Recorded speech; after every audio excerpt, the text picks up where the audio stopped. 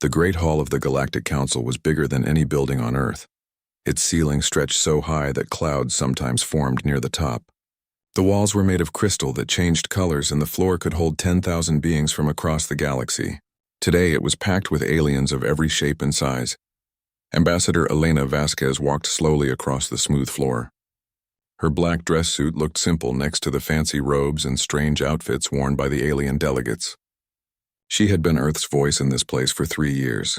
3 long, hard years of trying to make deals that were fair for humanity. Elena stopped at the human section, a small area with chairs made for human bodies. Around her sat the other members of Earth's delegation. They all looked tired. The bags under their eyes told the story of countless sleepless nights spent trying to find ways to protect humanity's interests. The Zephyrian delegate rose from his floating platform. He was tall and thin, with blue skin that sparkled like stars. His voice echoed through the hall when he spoke. "The Council has reviewed humanity's latest proposal," he said. "We find it lacking." Elena felt her jaw tighten. The proposal had taken months to prepare.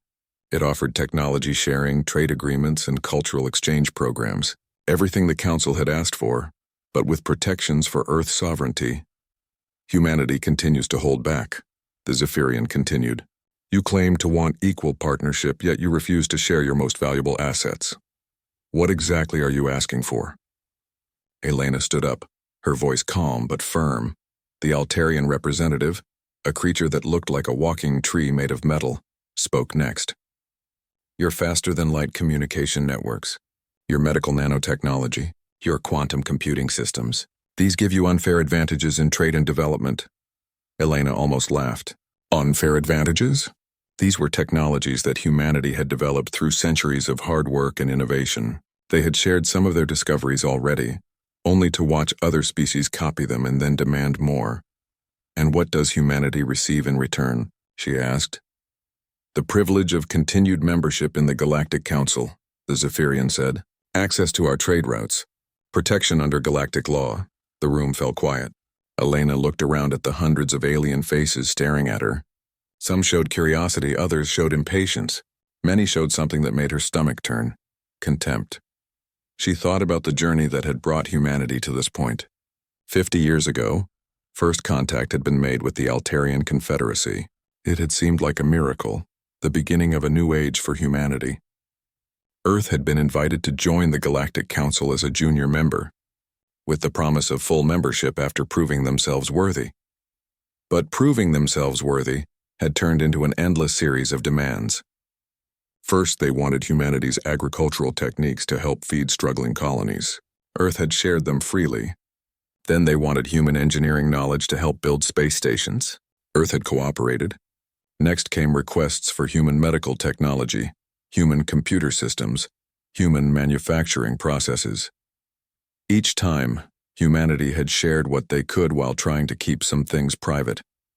Each time the Council had come back asking for more. And now they wanted the technologies that kept Earth competitive, that kept humanity from becoming just another client species serving their alien masters.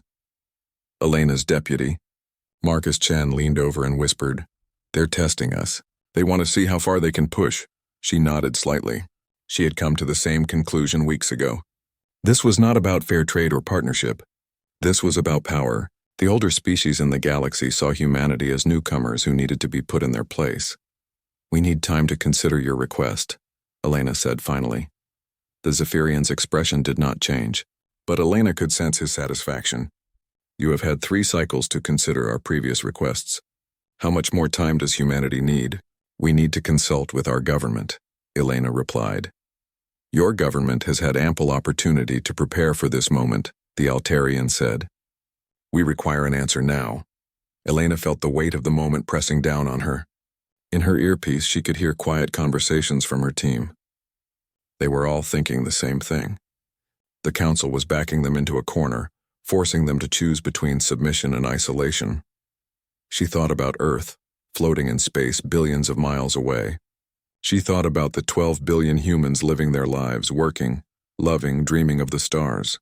She thought about the human colonies on Mars and Europa, about the mining stations in the asteroid belt, about the exploration ships pushing deeper into space. Humanity had come so far in just 50 years. They had built wonders that impressed even ancient alien civilizations. They had solved problems that had puzzled the galaxy for millennia. They had earned their place among the stars through intelligence, determination, and hard work, and now these aliens wanted to take it all away. Elena made her decision.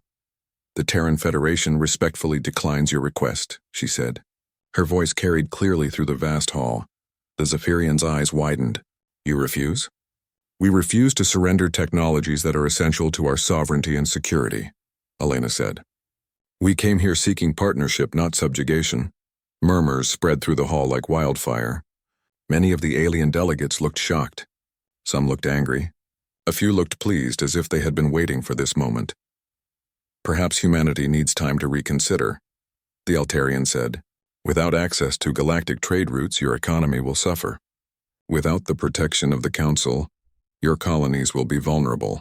Without our technology sharing agreements, your development will stagnate." Elena looked around the hall one more time.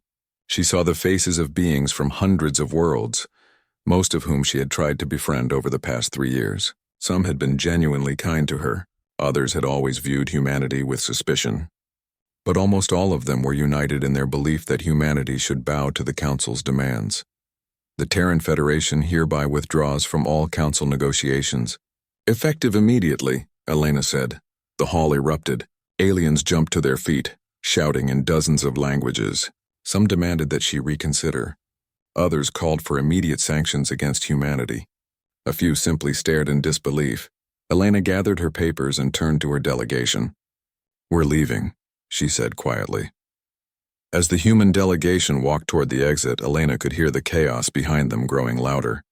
The Zephyrian was calling for order, trying to regain control of the session. The Altarian was already talking about economic consequences. Elena did not look back. She kept walking until she reached the doors of the Great Hall. As they slid shut behind her, the noise faded to a dull murmur. In the corridor outside, Marcus caught up with her. "Do you think we did the right thing?" he asked. Elena paused at a window that looked out into space. Stars sparkled in the darkness, and somewhere among them was Earth. "I think we did the only thing we could do," she said. "Now we'll find out what humanity is really capable of when we're on our own."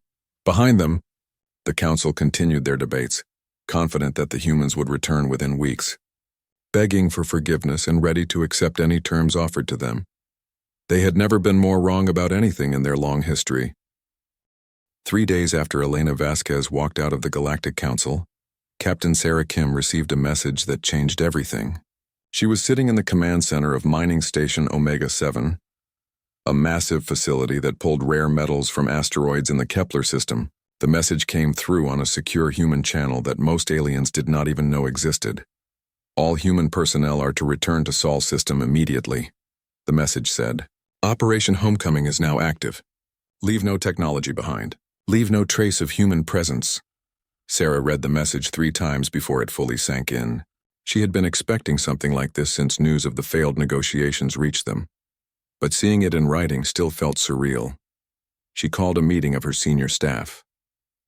There were 47 humans working on Omega-7, along with over 200 alien workers from a dozen different species.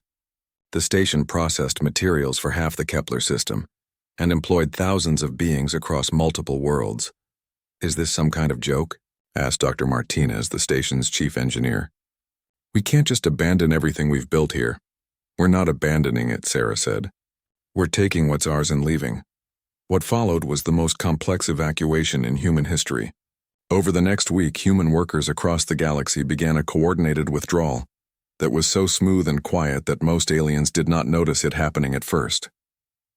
On Omega-7, Sarah's team worked around the clock to remove every piece of human technology from the station. The quantum processors that made the mining operation efficient were carefully disconnected and loaded onto human ships. The AI systems that coordinated the work of hundreds of mining robots were shut down and their data cores removed. The advanced life support systems that kept the station running were replaced with older, less efficient models that the aliens could maintain themselves. The alien workers watched with growing confusion as their human colleagues packed up equipment and prepared to leave. Tugvar, the station's Altarian security chief, confronted Sarah on the 3rd day. What is happening here? He demanded. The work schedule says nothing about human departure. We received new orders from Earth, Sarah said simply. We're going home. But the mining operation depends on human systems, Tikvar said. Without your quantum processors, production will drop by 60%.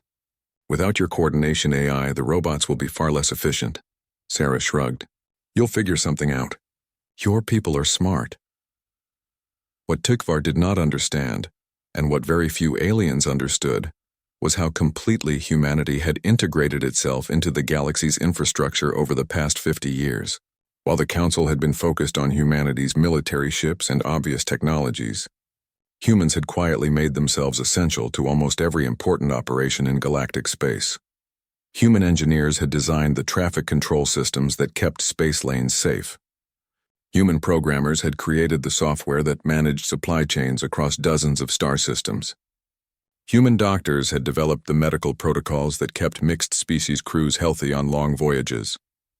Human mechanics had built the maintenance systems that kept aging alien technology running smoothly. And now, all of that was disappearing.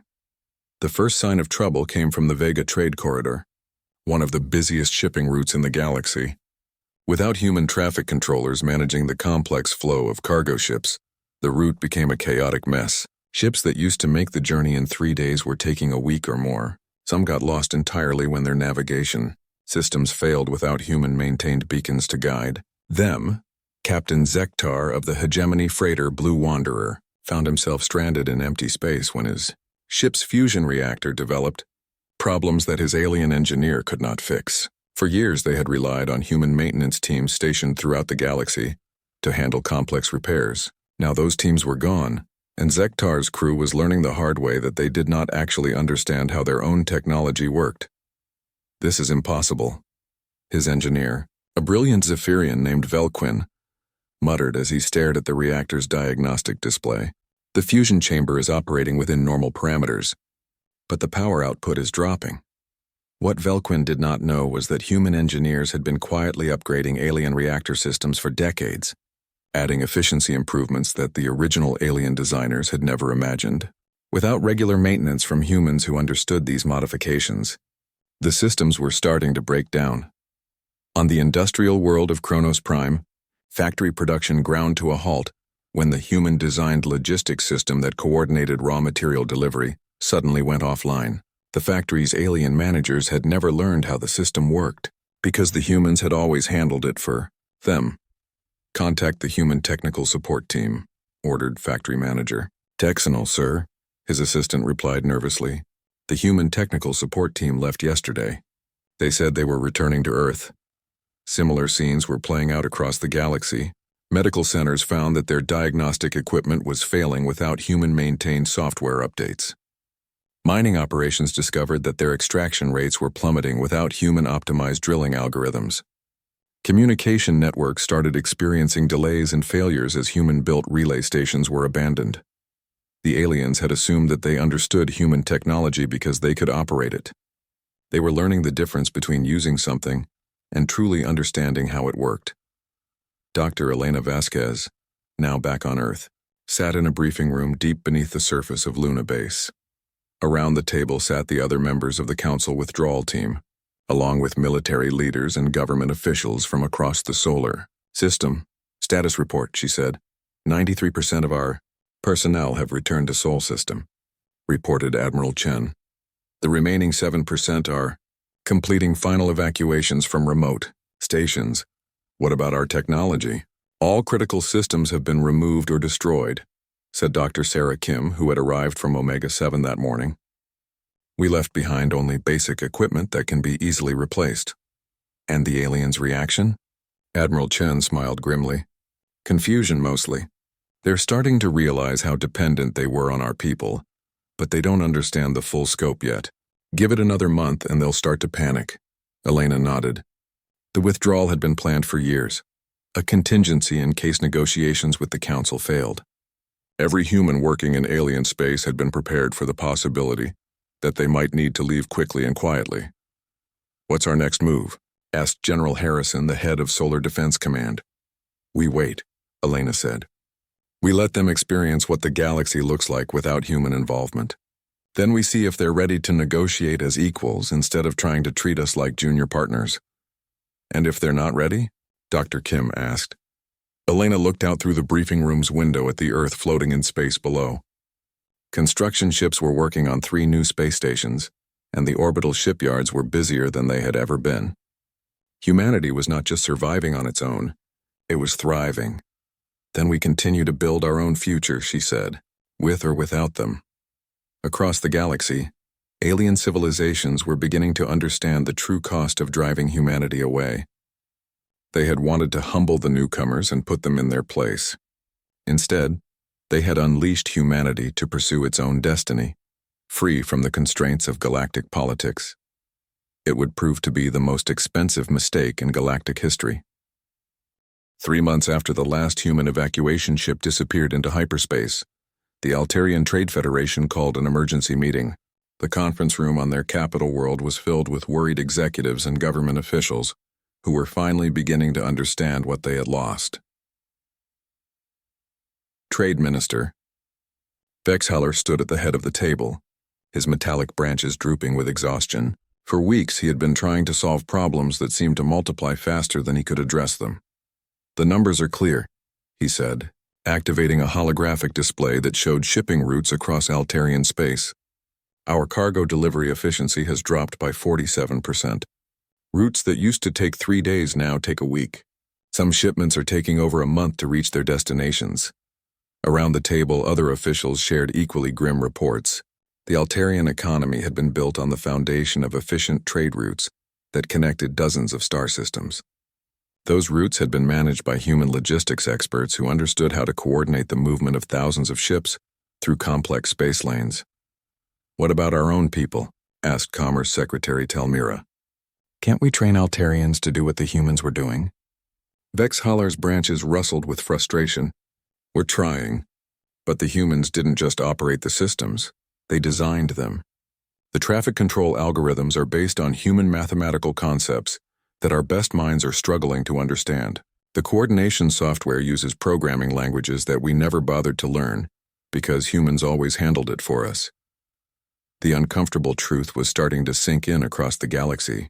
For 50 years, alien civilizations had been happy to let humans handle the complex, unglamorous work of keeping galactic civilization running smoothly. It had seemed like a good arrangement. The aliens got to focus on politics and grand strategy while the humans dealt with technical details. Now, they were learning that those technical details were what held everything together.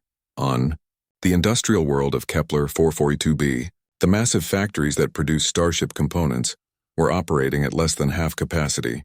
Without human-designed supply chain management, raw materials were arriving late in the wrong quantities, or sometimes not at all. Factory supervisor Quindal stared at the latest production reports and felt his foreheart sink. "How is this possible?" he muttered. "The humans were just support staff. They weren't supposed to be this important." His assistant, a young Zephyrian named Luxvan, hesitated before speaking. "Sir, I've been reviewing the old employment records. The humans weren't just support staff. They designed most of our logistics systems. They created the scheduling algorithms. They wrote the inventory management software. They even developed the quality control protocols we use." Quindal's tentacles writhed with agitation. "Then why didn't we learn these things ourselves?" "Because the humans were so good at it," Luxvan said quietly. "Our managers decided it was more efficient to let them handle the technical work while we focused on oversight and strategic planning." It was the same story everywhere. The Zephyrian Empire discovered that their quantum communication network was degrading without human maintenance technicians who understood the subtle adjustments needed to keep the system stable. The hegemony of Kethvar found that their mining operations were producing 30% less ore without human-optimized extraction protocols. Most alarming of all was what was happening to the galaxy's transportation network. Hyperspace navigation was a complex science that required constant updates to account for gravitational changes, stellar drift, and other factors that affected space-time. Human navigators had been responsible for maintaining the beacon networks and updating the navigation databases that kept ships from getting lost in the void. Without human maintenance, Those systems were starting to fail. Captain Mordex of the merchant vessel Star's Pride learned this the hard way when his ship emerged from hyperspace in completely empty space, millions of miles from his intended destination. The navigation computer showed that he was exactly where he was supposed to be, but there was nothing around him except dark space and distant stars. "Where are the orbital platforms?" demanded his navigator, a hegemony officer named Graktal. "The system charts show 3 major space stations and a mining facility." Mordex checked and rechecked his instruments. According to every reading, they were in the right place. But the navigation data was 3 months old, from before the humans had left. "The navigation database hasn't been updated," he realized with growing horror. "We're using outdated coordinates." It took them 2 days to find the actual location of the space stations they were supposed to deliver cargo to. 2 days of burning fuel and losing money while they searched for destinations that had drifted thousands of miles from where their computers said they should be. The same thing was happening to ships across the galaxy. Navigation databases that had once been updated weekly by human technicians were now months out of date. Ships were getting lost, running out of fuel, and in some cases disappearing entirely into the vast emptiness between stars. On the Council homeworld, emergency sessions were being held almost daily as reports of system failures poured in from across galactic space. The grand chamber that had once echoed with confident speeches about humanity's proper place was now filled with worried voices, discussing economic collapse and infrastructure. "Failure, this is temporary," insisted Zephyrian Council leader Vextar. "Our technicians will learn to manage these systems. We will adapt," but privately, even he was starting to worry. The problems were not getting better, they were getting worse. Every day brought new reports of supply chain breakdowns, communication failures, and navigation disasters. The Altarian representative, Talvek, spoke what many were thinking but none wanted to say aloud. "Perhaps we underestimated how integrated human operations had become with our infrastructure." "They were support personnel," Vextar insisted. "Important, yes, but not irreplaceable." As if to contradict him, an aide hurried into the chamber with an urgent message. "Council leader, we've received reports of a major accident in the Rigel system. A cargo convoy carrying medical supplies collided with a passenger liner. 43 dead, over 200 injured. How did this happen?" Vextar demanded. "Navigation failure, sir. Both ships were using outdated hyperspace coordinates. They emerged from hyperspace in the same location at the same time." The chamber fell silent. In 50 years of galactic civilization, such accidents had been virtually unknown. Human traffic controllers and navigation specialists had made space travel safer than ground transportation on most worlds. Now, without them, the galaxy was becoming a dangerous place again.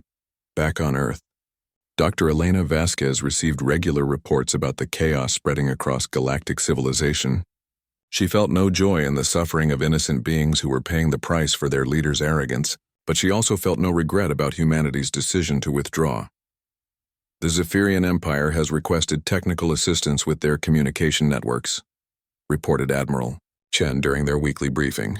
"They're offering substantial payment for human expertise." "What about the Council's position on our sovereignty?" Elena asked. "No change. They still insist that full cooperation requires us to surrender our key technologies." Elena nodded. She had expected as much.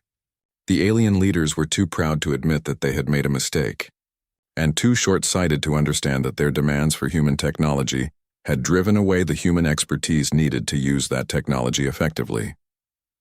"Continue monitoring the situation," she said, "and continue our own development programs. If the galaxy wants to learn to function without us, we should learn to thrive without them." Outside the conference room windows, construction continued on humanity's growing space infrastructure. New habitats were being built throughout the solar system. New technologies were being developed in orbital laboratories, and new ships were being constructed in automated shipyards. Humanity was not just surviving on its own, it was flourishing. The resources and energy that had once been devoted to supporting galactic civilization were now focused entirely on human advancement. The galaxy had wanted to put humanity in its place. Instead, it had freed humanity to reach for heights that no one had imagined possible. 1 year after humanity's withdrawal from galactic society, the universe had become a much more dangerous place. What had started as minor inconveniences and supply chain problems had grown into full-scale chaos that threatened the stability of entire star systems. Captain Rextar of the pirate vessel, Bloodmoon smiled as he watched his scanners detect another disabled freighter drifting in space. It was the third ship his crew had found this week, victims of navigation failures or mechanical breakdowns that would have been easily prevented when human technical teams were still operating in galactic space. Looks like a hegemony cargo. Hauler, reported his scanner operator. Power systems are failing. Life support is running low. They'll surrender without a fight. Rextar's crew had been operating in this region for decades, but never had they found such easy prey. Ships were constantly getting lost, breaking down or running out of fuel as alien crews struggled to operate technology they had never fully understood. The careful coordination that had once kept space lanes safe had collapsed without human traffic controllers to manage the complex flow of interstellar commerce. "Target their engines," Rextar ordered. "Let's see what cargo they're carrying." The freighter captain, a desperate hegemony officer named Vekdal, sent out a distress call that went unanswered. The emergency response networks that had once covered this region had been operated by human teams working from a nearby station. That station had been abandoned for months, leaving ships in this area completely on their own. Pirates were not the only danger. The breakdown of galactic infrastructure had created opportunities for more serious threats. On the border between Zephyrian and Altarian space, territorial disputes that had been peacefully managed for decades were erupting into actual warfare. The neutral zones that had kept these ancient enemies apart had been monitored by human peacekeeping teams who understood the complex history and cultural sensitivities involved in maintaining the peace. Without those human mediators, old grudges were resurfacing with deadly consequences. Admiral Kethvar of the hegemony battle fleet Crimson Spear had been watching these developments with great interest. For years, his leaders had been frustrated by humanity's growing influence in galactic affairs. Now, with humans gone and chaos spreading across alien space, he saw an opportunity to expand hegemony territory. The humans always claimed their colonies were under galactic protection, he told his officers during a strategy meeting. But there's no galactic protection anymore. No coordinated defense networks, no rapid response forces, no human technical teams to maintain defense systems. His target was New Geneva, a human mining colony in the Proxima Centauri system. Intelligence reports suggested it was lightly defended, with perhaps a few patrol ships and some basic defensive platforms. The colony extracted rare minerals that would be valuable to the hegemony, and taking it would send a message about the new balance of power in the galaxy. "How many ships should we send?" asked his tactical officer.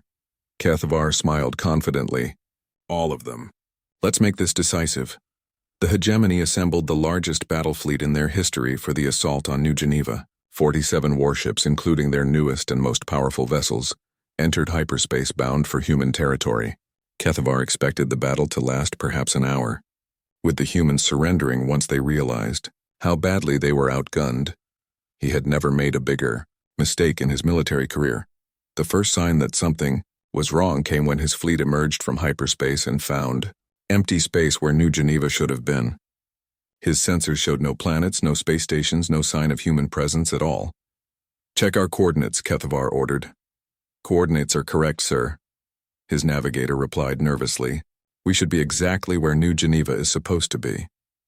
What Kethvar did not know was that human technology had advanced far beyond anything the galaxy had seen during their 50 years of cooperation. The mining colony was exactly where it should be. It was just invisible to alien sensors. The attack came without warning. Energy beams that seemed to come from empty space struck his flagship, passing through shields as if they did not exist. The weapons were unlike anything in the galactic database, using principles of physics that hegemony scientists had never encountered. "Evasive maneuvers," Kethvar shouted, but his ships were already under attack from multiple directions. Human vessels seemed to phase in and out of reality, appearing just long enough to fire devastating salvos before vanishing again.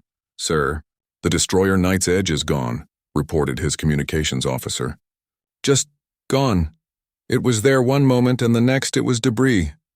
Kethvar watched in horror as his mighty fleet was torn apart by enemies he could barely see. The human ships moved with impossible speed and precision, coordinating their attacks in ways that suggested they were sharing information instantaneously across vast distances. "All ships, retreat," he finally ordered. Emergency hyperspace jump now. Of the 47 ships that had attacked New Geneva, only 12 made it back to hegemony space. The survivors brought tales of impossible technology and tactics that seemed to violate the basic laws of physics. The humans had not just defended their colony, they had made the hegemony fleet disappear as if it had never existed. News of the disaster spread quickly through galactic intelligence networks. The hegemony's humiliating defeat sent shockwaves through alien military establishments that had assumed human technology was well understood. On the Zephyrian homeworld, Fleet Admiral Sekvar studied the battle reports with growing unease. "These weapon signatures don't match anything in our databases," he told his staff. "The humans appear to have developed completely new types of technology. Perhaps the survivors are exaggerating," suggested his intelligence chief. "Fear can make defeated warriors see things that aren't there." Sekvar shook his head. 47 ships don't just disappear because of exaggerated reports. The humans have been holding back their true capabilities. It was a realization that was dawning across the galaxy. During 50 years of cooperation, humans had shared many technologies with alien civilizations, but they had kept their most advanced developments to themselves. The aliens had assumed they understood the limits of human capability because they had seen human commercial and civilian technology. They had never seen what humans were capable of when they felt truly threatened. On Earth, Admiral Sarah Chen reviewed the battle data from New Geneva with satisfaction. The defense had gone exactly according to plan, demonstrating capabilities that would make any potential aggressor think twice about threatening human colonies. "The hegemony fleet never knew what hit them," reported Colonel Martinez, who had commanded the colonial defense forces. "Our stealth systems kept them from detecting our ships until it was too late. The phase shift weaponry went right through their shields, and the quantum communication network let us coordinate perfectly despite the distances involved." Admiral Chen nodded. These were technologies that humanity had been developing in secret for decades, preparing for the day when they might need to defend themselves without galactic support. The withdrawal from alien space had accelerated these programs dramatically, freeing human scientists and engineers to pursue innovations that had been kept classified during the years of galactic cooperation. "What's the reaction from the alien governments?" she asked. "Shock, mostly," replied Dr. Elena Vasquez, who had been monitoring diplomatic channels. "The hegemony is claiming their fleet was destroyed by some kind of superweapon. Other governments are demanding explanations." "And our response?" Elena smiled grimly. "We're not responding at all. Let them wonder what else we're capable of." The message was clear to anyone paying attention. Humanity had not withdrawn from galactic civilization because they were weak or afraid. They had withdrawn because they no longer needed the protection and cooperation that alien governments offered. They had become something more than the galaxy had ever seen, a truly independent, technological power that could defend itself against any threat. The aliens had thought they were humbling an upstart species that had gotten too big for its place in the galactic order. Instead, they had unleashed humanity to develop its full potential, free from the constraints and limitations that galactic politics had imposed. The galaxy was learning what humans were capable of when they stopped trying to fit in and started focusing on what they could become. It was a lesson that would reshape the balance of power among the stars for generations to come. 2 years after humanity's exodus from galactic civilization, Ambassador Elena Vasquez stood in the observation deck of Luna Station, watching the construction of humanity's newest achievement. The massive ring-shaped structure floating in space near Earth was nearly complete, its surface gleaming with exotic materials that had been unknown to science just a few years earlier. "The Prometheus Gateway will be operational within 6 months," reported Dr. Sarah Kim, who now served as humanity's chief technology coordinator. "When it's finished, we'll be able to reach the Andromeda Galaxy in less than a year." Elena nodded, still amazed by how quickly human technology had advanced once freed from the constraints of galactic politics. Without the need to share discoveries with alien civilizations or limit development to maintain the balance of power, human scientists had achieved breakthroughs that would have taken centuries under the old system. "Any word from the Council?" she asked. "They've been sending messages for weeks," Dr. Kim replied, requesting meetings, offering trade agreements, asking for technical assistance. The tone has changed completely from 2 years ago. Elena was not surprised. Reports from across the galaxy painted a picture of widespread chaos and economic collapse. The infrastructure that had supported galactic civilization for decades was crumbling, without human maintenance and expertise. Trade routes that had once moved goods efficiently across hundreds of star systems were now unreliable and dangerous. Communication networks suffered constant failures. Even basic navigation had become a challenge as outdated databases led ships astray. In the vast emptiness between stars, the proud alien civilizations that had demanded humanity surrender its sovereignty were now learning the true cost of their arrogance. Chime from her communication system interrupted her thoughts. "Ambassador, you have a priority message from Galactic Council leadership," her assistant announced. Elena sighed. She had been expecting this. "Put it through." The holographic image that appeared showed a figure she recognized, Zephyrian Council leader Vexitar, though he looked much older and more tired than when she had last seen him in the Great Hall 2 years ago. "Ambassador Vasquez," he said, his voice lacking the confidence and authority she remembered.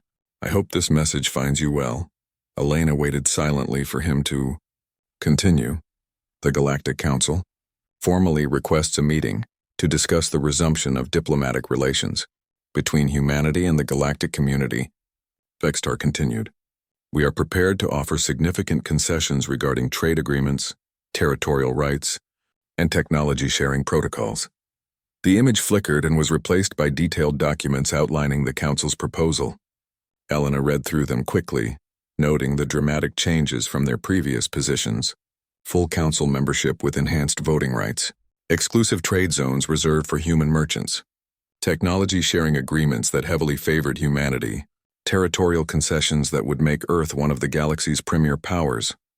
It was everything humanity had asked for 2 years ago, and much more.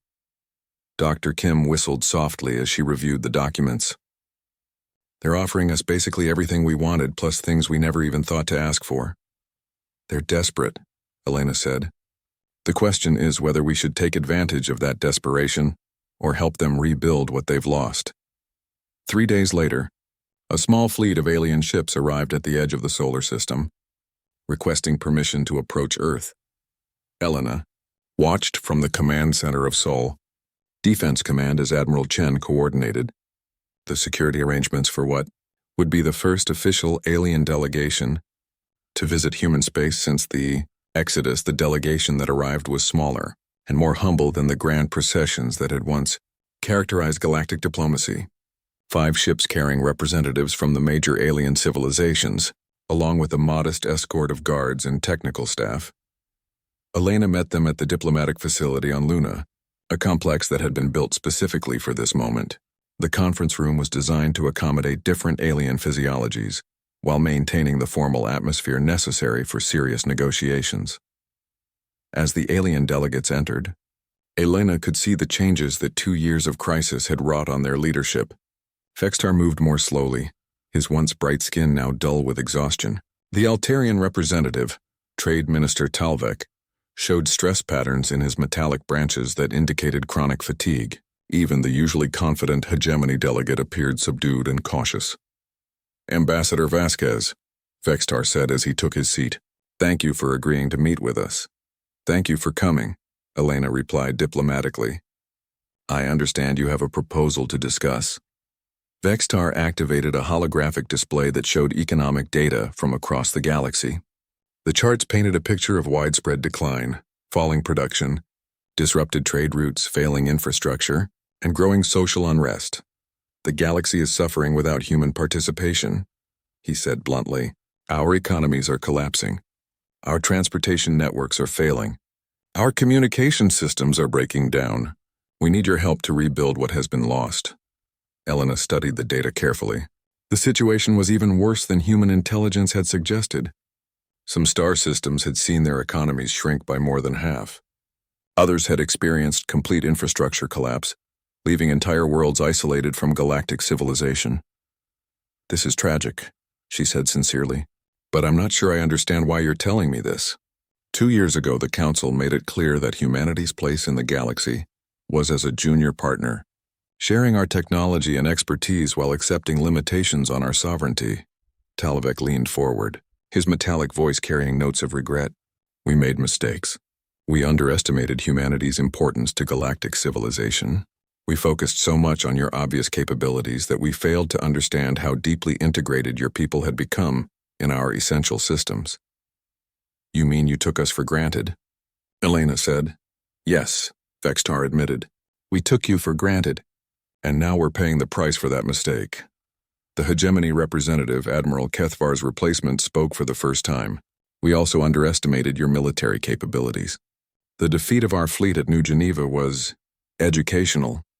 Elena did not respond to that comment, but she noted the way all the alien delegates shifted uncomfortably when their military failures were mentioned. Word of humanity's advanced technology had spread throughout galactic intelligence networks, creating fear and uncertainty about what other capabilities humans might possess. What exactly are you proposing? Elena asked. Vextar activated another display showing the formal agreement they had prepared.